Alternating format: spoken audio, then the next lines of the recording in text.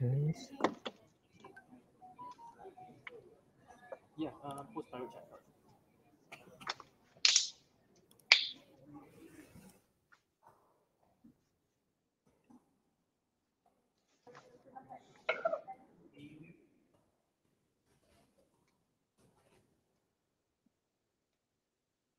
There are two videos here. Which one should we bring?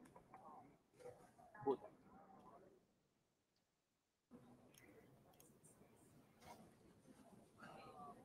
Oh, okay. So you have to cue us up on the first video, and then we will play the first video. So I need to play the video, yeah? Okay, okay. Okay.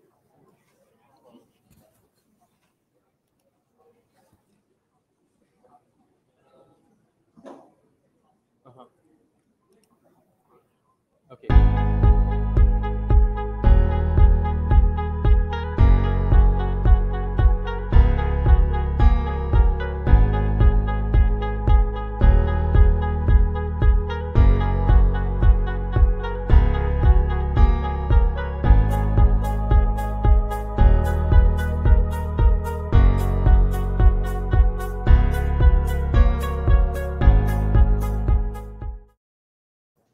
Hi, very good morning to Mr. David, and very good morning to the audiences in Cyberpodium 1.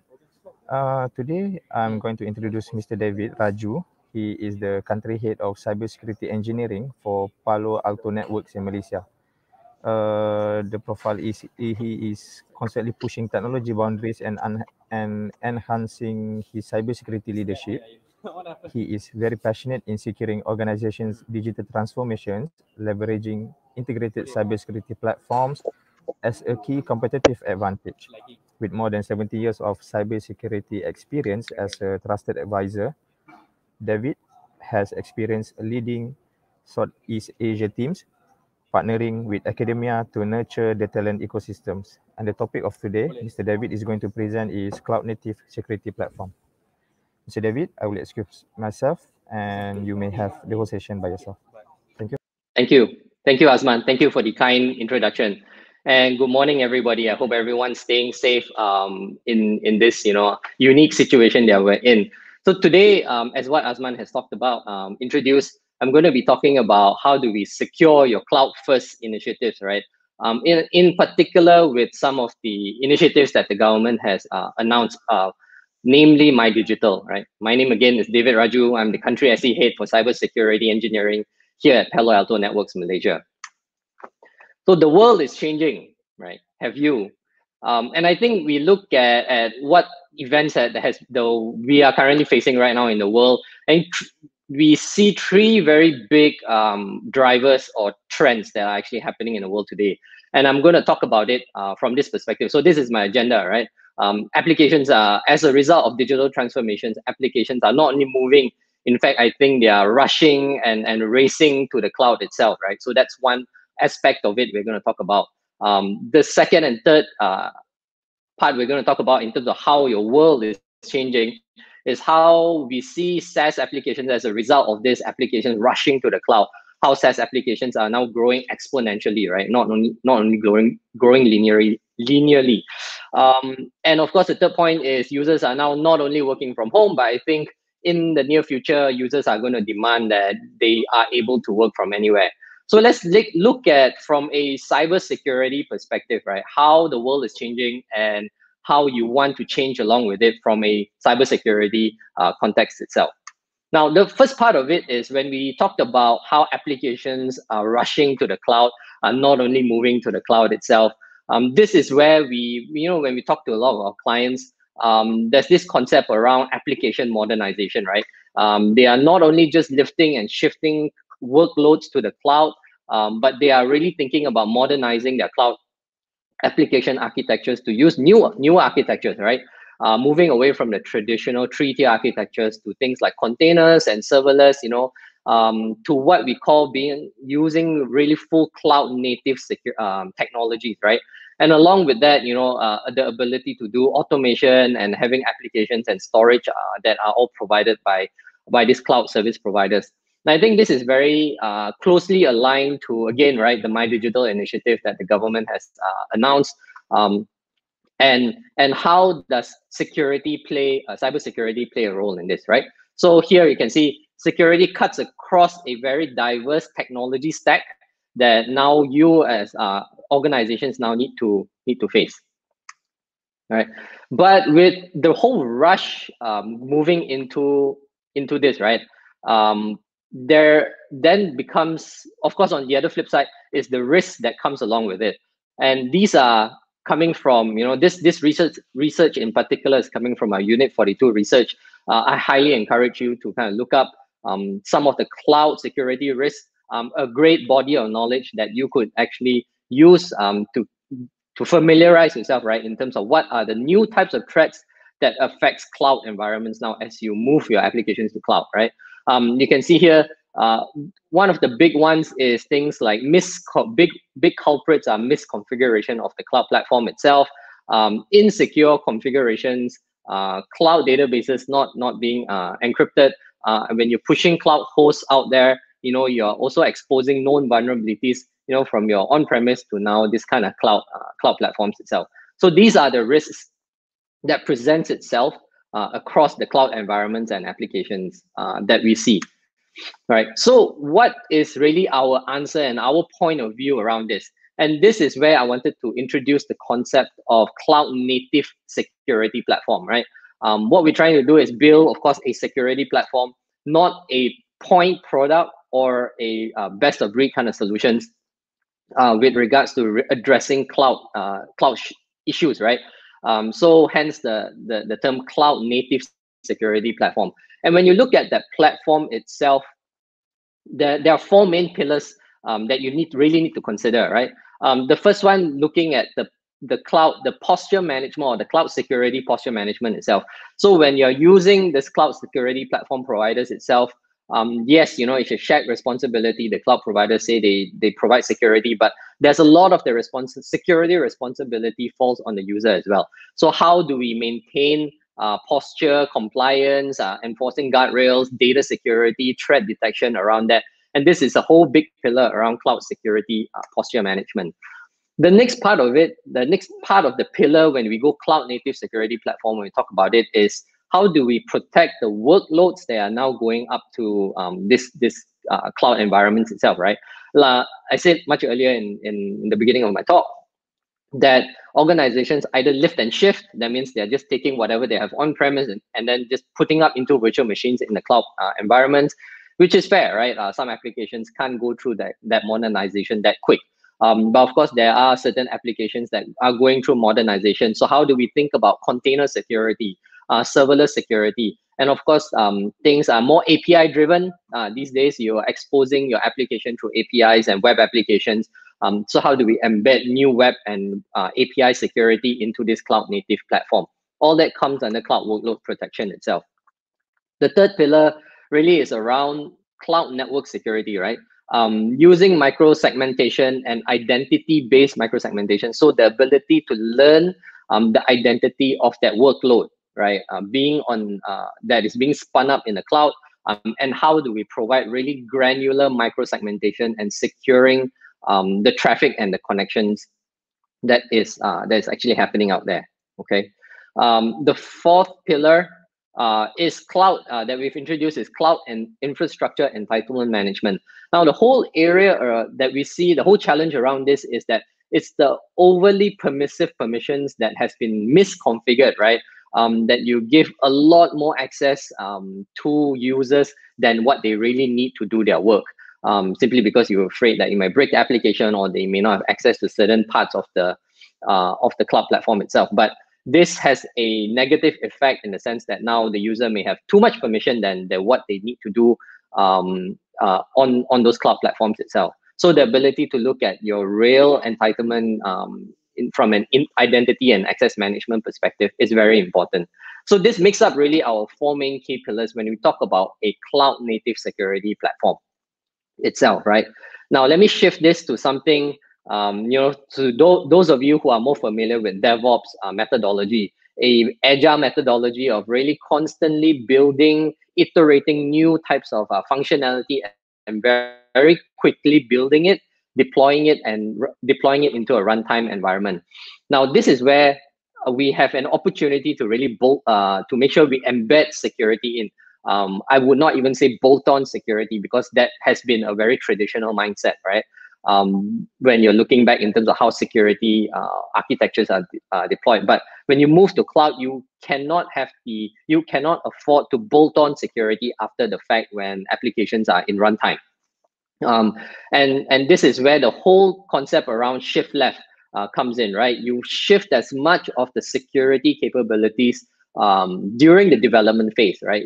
Into the build phase, the deploy phase, and as well as the run phase. And you look at the different pillars down there, the CI/CD integration, the vulnerability management cuts across the whole DevOps lifecycle, the compliance as well.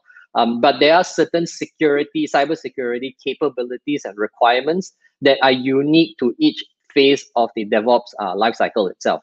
And this gives you the view, right? Runtime defense, network visibility, web application control, access control, that all happens in runtime.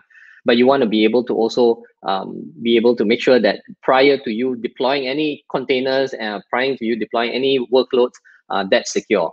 So let me give you an example of how this actually plays out. If you never thought of security, or you never really embedded security from day one, like what a DevOps environment or an agile environment requires you to, right? You can imagine this is what happens. A developer builds an application, very fast requirements comes in. They need to almost overnight come up with the minimum viable product, or the functionality, quickly build it, develop it, quick deploy it into the environment, and once okay, and then quickly push it out onto their runtime space and having the application made available. But you can see here, right? One misconfigured infrastructure as code template as an example. You push it out to the deploy phase where the DevOps takes the bad IAC template and now start pushing this out onto containers, right? Now you're starting to see potentially hundreds and hundreds of bad deployments out there.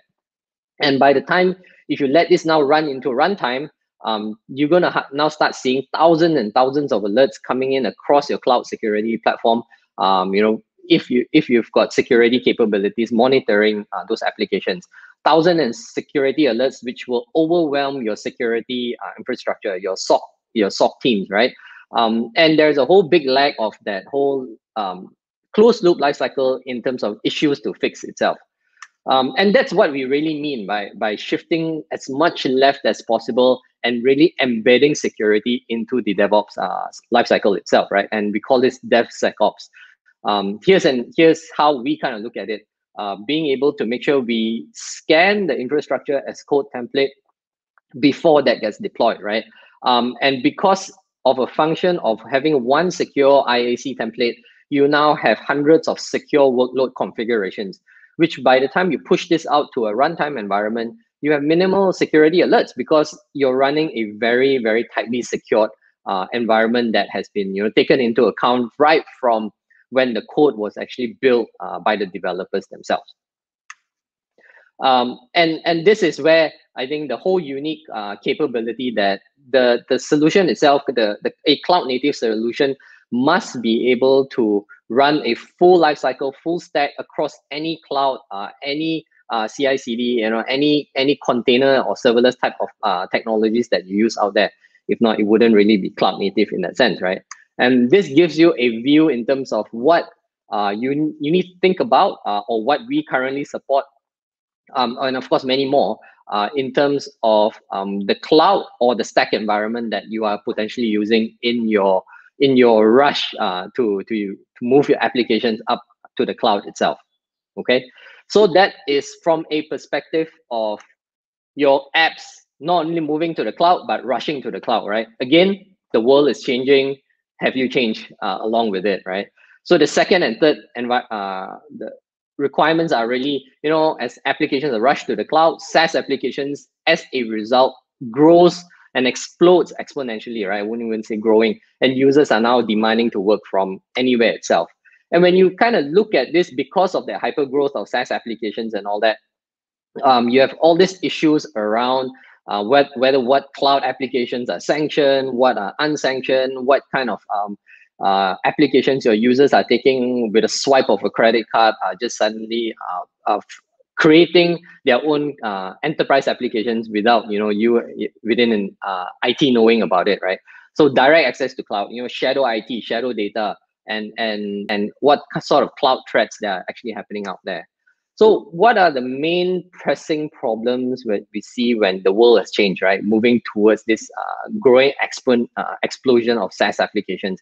Data breaches is a big thing. Again, misconfiguration of a drive itself sharing out to the whole world causes all sorts of issues with data breaches, right?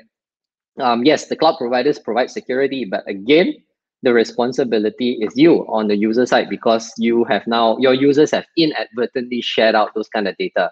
Regulatory compliance, how are we meeting PCI requirements, GDPR requirements, and here in Malaysia, what are all the various regulatory requirements from PDPR to RMIT that needs to be adhered to when adopting SaaS applications itself. And also a big piece of it is cloud threats, right? What kind of, malicious insiders, what are they doing? Accidental exposures, I've mentioned, users accidentally sharing file documents itself. Or worse still now, right? Uploading malware into storage, cloud storage environments itself causes a big threat in that sense when it comes to SaaS application. So here are really, if anything, the questions you want to think about when you want to use SaaS applications, right? Three very simple questions. Firstly is around applications, and this really has to do with visibility. So what kind of applications are my employees using and how, right? Addresses a very fundamental visibility question. Do I know what kind of applications? Do I have visibility in terms of who is using what kind of applications within my enterprise itself, particularly SaaS applications? The second question really is around data. How do I protect my sensitive data once I've sanctioned that cloud storage environment? And the third piece is around threats and securing those SaaS application itself, and from malicious users or internal users, well-meaning internal users, or users uploading potentially or having malicious file uploading to those kind of cloud share environments. So three very simple questions: visibility, from a data perspective, how is my data protected, sensitive data in particular in those cloud, and from a threat perspective, right? And that's where we kind of think about really rethinking SaaS security from that industry. From an industry term, this is called CASB, or what we call Cloud Access Security Brokers. That gives you visibility in terms of sanctioned and unsanctioned cloud applications, and having data protection and threat protection capability natively built into the platform itself, right? So just look at the use case again, right? So inline visibility. Today, out of the box, we have Palo Alto Networks have got close to 15,000 plus application catalog that we already have out of the box, right? So more often than not, the chances are when your users are using any of the cloud applications, we give you great visibility in terms of discovery of what SaaS applications your users are using, whether those applications are risky or not, whether they are known to have malware, whether are they secure from a certificate perspective, two-factor authentication, login perspective. And if not, you can see that sanctioned, unsanctioned, tolerated. You have the ability to control access from your users accessing those kind of risky applications. For example, sanctioned applications you want to monitor further. Tolerated is, you want to have visibility just to see what these users are doing. So the big first use case, right? Inline visibility and control of your SaaS applications that are being used within the enterprise itself. Remember the second use case around data security. Now, what we've done is we've natively built in DLP capability and functionality into SaaS applications itself. And we do this two ways, via inline or API based, particularly for your sanctioned applications. What this allows is that now we have native data security, data loss prevention security built into the platform. Gives us a great view in terms of not only discovering, monitoring sanctioned applications, we are also able to discover sensitive data that is now going up or residing in those SaaS applications itself. Data exposure, a very simple, right click of a mouse, user exposes it, that file to the entire world. Now with SaaS security, we have the ability to give you the detection of this kind of exposure, potentially publicly available exposure of that data itself, right? Data exfiltration, who is actually logging into that file, who is actually viewing that file, and who is actually downloading that file. So great visibility from a data security perspective. The last piece around this is threat protection, right? And not only just threat protection, but machine learning based threat protection. We've taken a lot of our great learnings from our platform by delivering a machine learning powered next generation firewall into SaaS security, right? So we're able to now detect and prevent malware that is going up into those cloud applications or those SaaS applications that your organization could be doing. We're monitoring user activity. What are they doing on those clouds?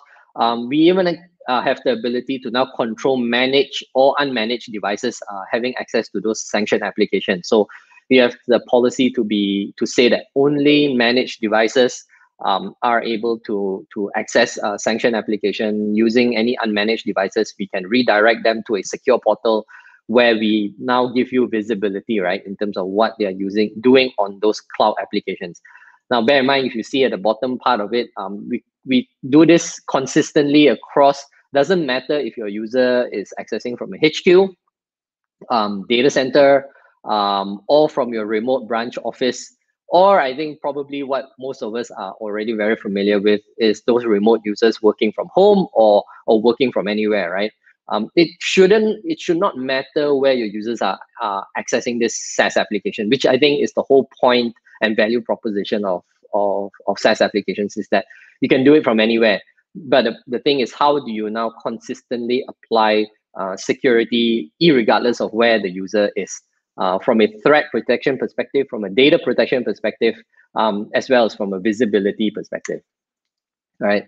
And again, just to wrap up what I just talked about, SaaS visibility, the 15,000 plus application catalogs that we see, and we continuously crowdsource and have a machine learning based technology to learn new cloud application, and this grows on a daily basis. Enterprise data protection consistently across SaaS applications, across the networks, across your users as well. Best-in-class security.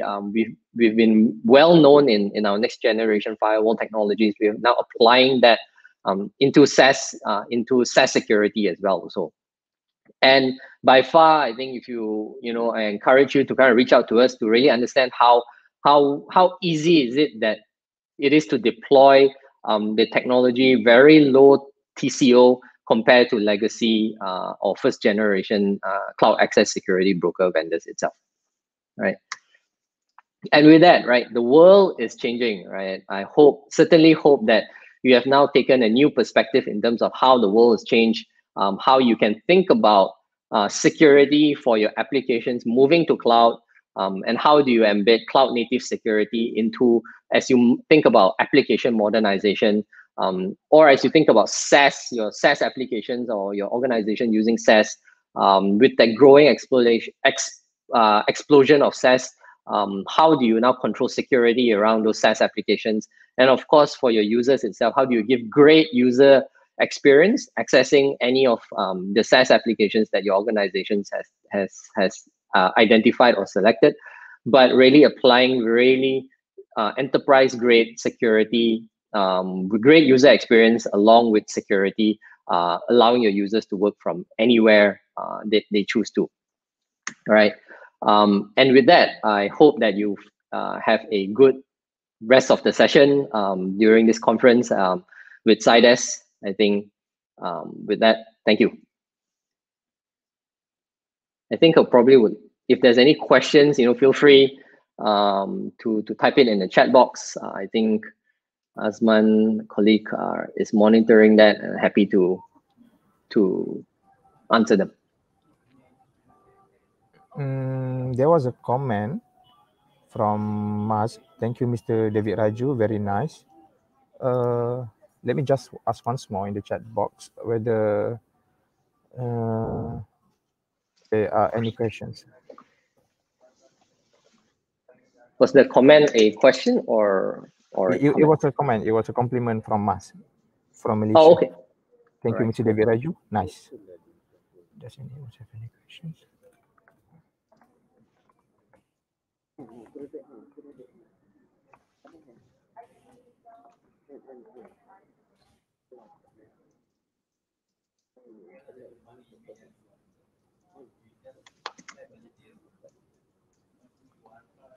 As of now, we don't have any questions from the audience, but we can wait another 1 minute. Sure. I think we've got about another 5 minutes before the session's over, right? Yeah, absolutely. Yeah.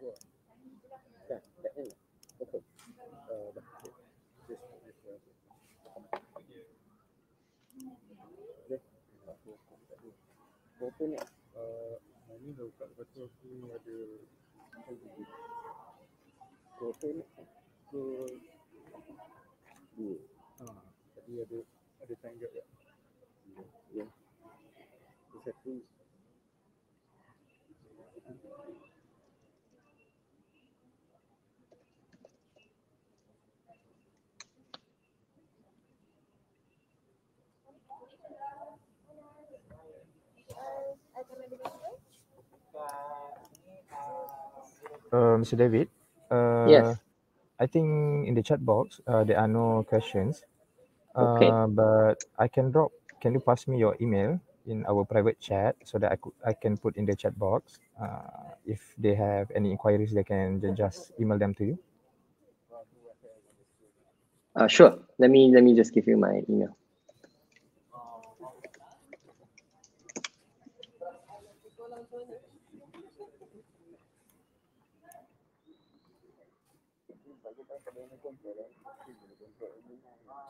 Did you get it?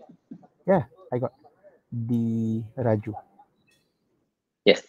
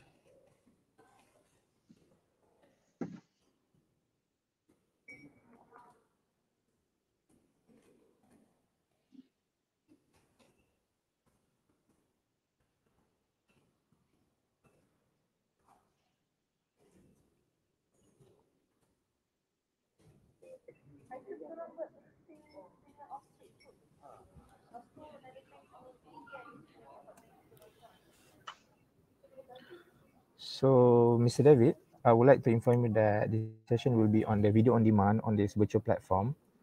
And I think we can wrap this session. But I wish to say thank you first to you, Mr. David, for that insightful session on cloud native security. And I have also put in the chat box of your email. And yes, thank you. Do you have any last word to the audience, Mr. David?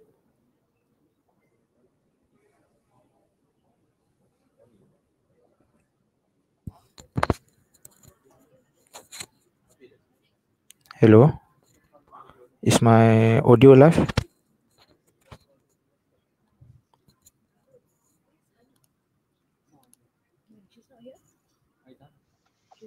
Okay.